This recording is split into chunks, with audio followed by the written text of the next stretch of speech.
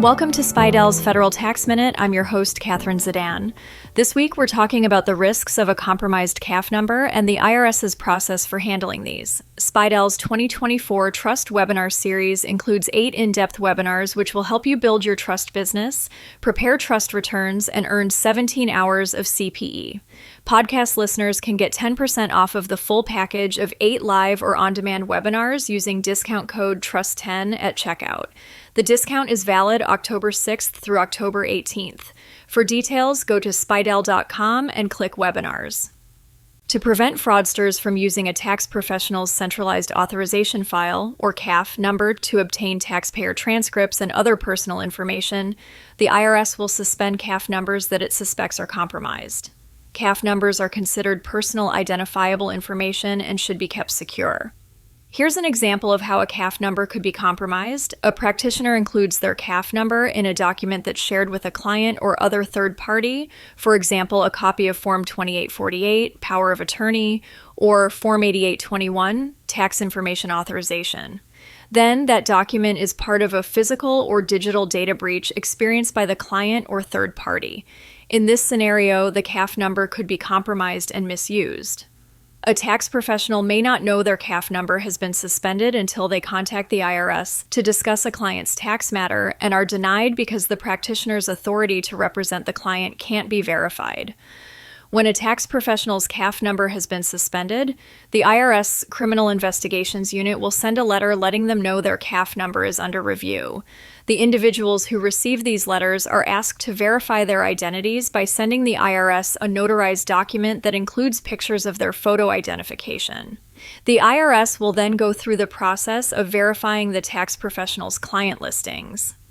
If the CAF number is confirmed to be compromised, the IRS will work with the tax professional to assign them a new CAF number and move their clients to the new number.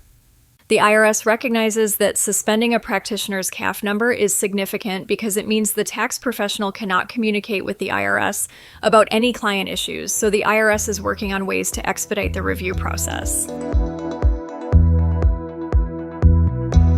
In addition to suspending suspicious CAF numbers, the IRS has been taking other steps to prevent fraud.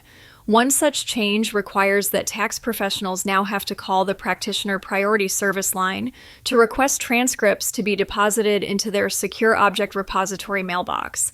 Other IRS toll-free lines will no longer offer the secure object repository mailbox as a delivery method. Tax professionals will need to pass enhanced authentication to request transcripts. If their identity cannot be verified, transcripts will not be delivered using the Secure Object Repository delivery method. Instead, the transcripts will be mailed to the taxpayer's address of record. Also, remember that it's a federal requirement to use multi-factor authentication to protect clients' sensitive information. Multi-factor authentication is required to be implemented for anyone accessing customer information on a tax professional's system. In addition, multi-factor authentication is required to be used to secure client information on a tax professional's computer or network, but it should also be used to access client information stored within their tax preparation software. Multi-factor authentication is required by law for all companies, not just tax professionals. The size of the company does not matter. Opting out of using multi-factor authentication in tax preparation software is a violation of the Federal Trade Commission's standards for safeguarding customer information.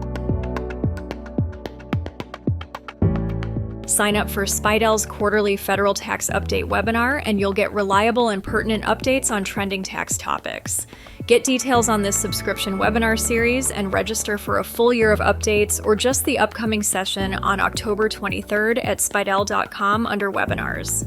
That's all for this week. Join us next time for another episode of Spiedel's Federal Tax Minute.